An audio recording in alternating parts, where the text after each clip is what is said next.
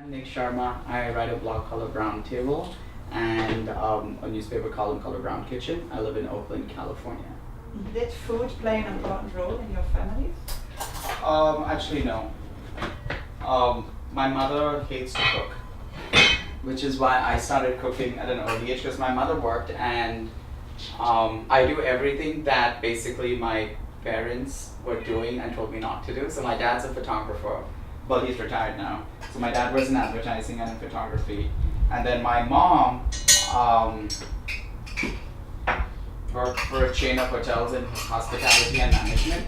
Mm-hmm. And she hated cooking. She still doesn't cook.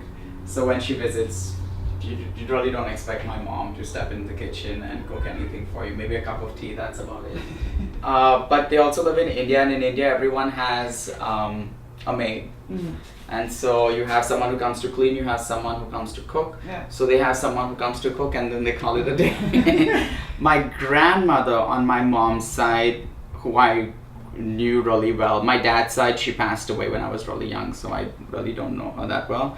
But my maternal grandmother really loved to cook, and so a lot of the stuff I've learned is watching her. A lot of the techniques also I use is always more Goan influence because my mom's Goan, my dad's North Indian.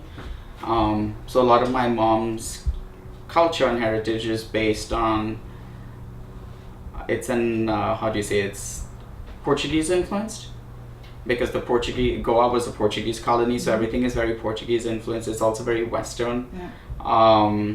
But then it's also imbibed in this Indian tradition and culture, which was there at that time. So I remember when my mom had a cabinet in the house, like a little closet, and you open it, she had all these recipes she had collected from newspapers, magazines, before she got married. And I think her intent was to be a really good home cook, with just, I guess she hated it. So she had all these recipes collected, and I used to go through them all the time and see how, learn how to bake cakes, try a bunch of things from different cookbooks, even Indian cookbooks, because I didn't want to eat home food. It was very boring. And So you felt a fascination for it? it was for me. So I was always interested in science, and for me, food was very scientific. So quick question. I was probably 20s, mid-20s. Oh, okay. Yeah. My dad never let me touch his equipment Really? because it was so expensive. Yeah. I did not learn how to use a camera till I actually left home. Did you feel like a lot of respect for it and felt like, okay, your father does it on such a high level that you wanted to stay or it just didn't interest you? So I actually hated photography growing up. I hated the camera because he would come home and then just sometimes shoot in the house and it would take over the whole house. I really resented things in my way. I have a little bit of an OCD. Things need to flow a certain way, Yeah. things need to be a certain way. So that stuff was in my way and I hated it. But I guess apple doesn't fall too far from the tree, right?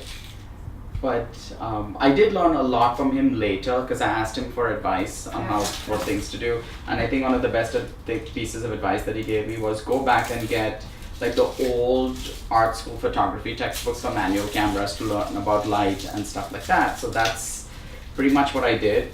What fascinates you more in photography, darkness or light?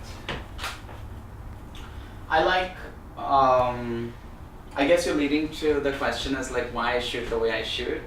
I leave it open. Okay. I like contrast, a lot of contrast and textures.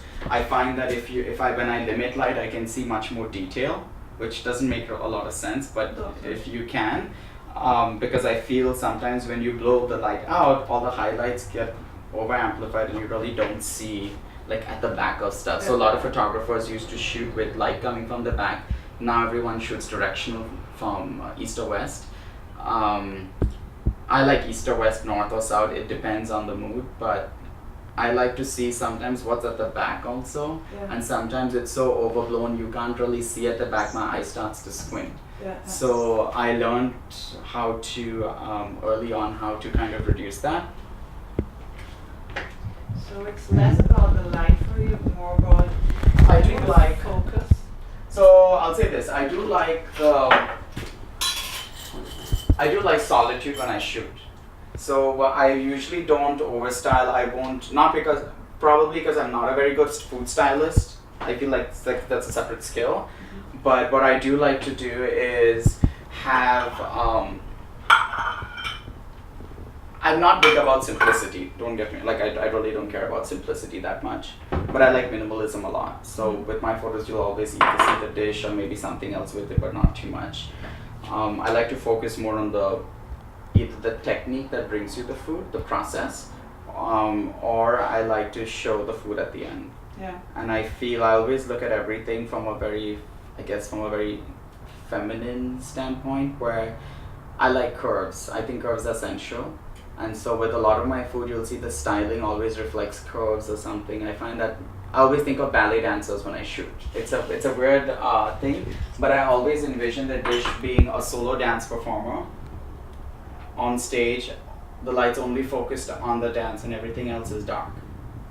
So that's usually how I envision my food. I know it's a weird analogy, but Beautiful. but that's how I always think of dance and curves. I find them very sensual.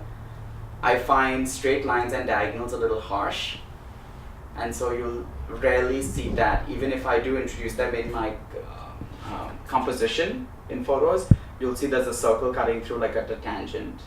So again, I bring math into it because I'm a geneticist by training, so I bring that component also in there.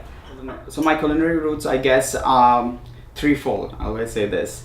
One is, the first two come from India because my mom's going, so her food is much more Western influenced, Portuguese. It's meat, seafood based.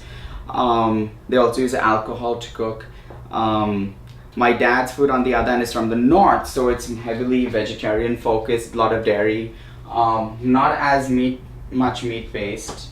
Eggs were probably the closest thing in there, but they ate everything, so I learned how to eat everything at a young age. The third component of me is when I moved to the West, when I moved to America, because I lived in the Midwest, in Cincinnati, Ohio, then DC for a little bit, then my husband's from the South. So that's when we go there, that's strongly influenced how I think now. Now we live in California, so I have, I guess, like a mishmash of all these different regions, and that has definitely helped shape my thinking on food. And then I also worked as a pastry cook for a while in California, and then I had a little bit of exposure to the French style of how the French approach pastry. So it's been kind of like a lot of immersion in its own way. So I like to think it's more global. What do you like about the American approach to food? So a lot of chefs go outside the country to learn about other cultures and food. For me, at that point when I was starting out, I couldn't afford to do that. And for the fun part was realizing that America actually is a melting pot. You have people from all over the world living here. Some who are Mexican, some who are South American, Central America, then you have Europe. And so you have all these cultures sitting in one place. I decided to immerse myself in what was going on here. And so I thought it was the best and the most affordable way to immerse myself in learning about the world.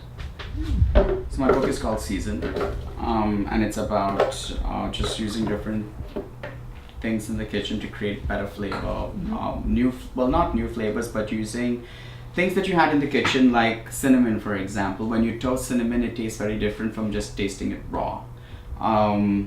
Smoking food. So if I smoke a steak and cook it in front of charcoal, it'll taste very different than I would just stick it on the grill, or if I cooked it on cast iron. So things like that. Also how to infuse flavor into food, but also flavor into your life in a way. And it's more about my journey as an immigrant when I came to this country, and then how I learned stuff along the way in the different states I lived. you often show your hands in your photography. What do they stand for in your pictures, and why are they important for you to show? So when I worked in a kitchen, I was very naive and I didn't realize that there were people. So the front is different from the back in a restaurant, in a bakery, anywhere. And that was something that I learned because the people who were at the back were just very different. Yeah. Some of them were really poor, some were really wealthy, some had mental disorders, some didn't, some had drug issues, some didn't, some had alcohol issues. So you learn to deal with a lot of people from different backgrounds. And another thing that became important to me then was a lot of them were also not, they were from different races in different parts of the country. Working in the kitchen, everybody's making like $9 an hour or whatever the minimum wage was. So I realized that when I really love technique and how the food comes to what it is finally. And I felt that a lot at that time when I started, a lot of people were not really focusing on technique in photos. It was always about the final dish. You would have 10 photos of the final dish on the blog and that's it. So I wanted it to be a little more instructive but also visually appealing. So I went with that, but I also wanted to showcase that there were people of other colors, different races behind the scenes in a restaurant, and we don't really see them because they never brought to the front of the kitchen. So that was my subtle way of making a political statement in its own way. So that's why I shoot my hands. You rarely see my face. Sometimes I do, sometimes I don't. But it was important for me to deliver something that was useful to people, but also had a message. What's your greatest kitchen hack? Do you have a genius tip that you can share with us? Sure, yeah. So one of my favorite kitchen hacks is with coconut. I don't use a lot of canned coconut milk anymore because they add a lot of fillers to it to thicken the liquid. So instead what I do now, I've gone back to a thing that I remembered my grandmother used to do.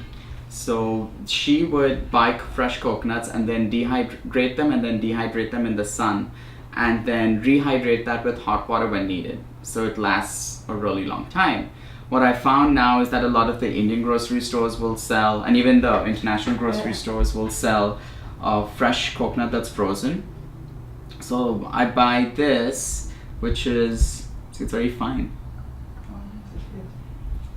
And it has all the fat in it, the cream's naturally present inside, it also has all the fiber, so you don't lose that. So one of my problems with cooked up milk is that the fibers have been removed. So it's naturally a very rich source of good fiber and you don't have that in your diet.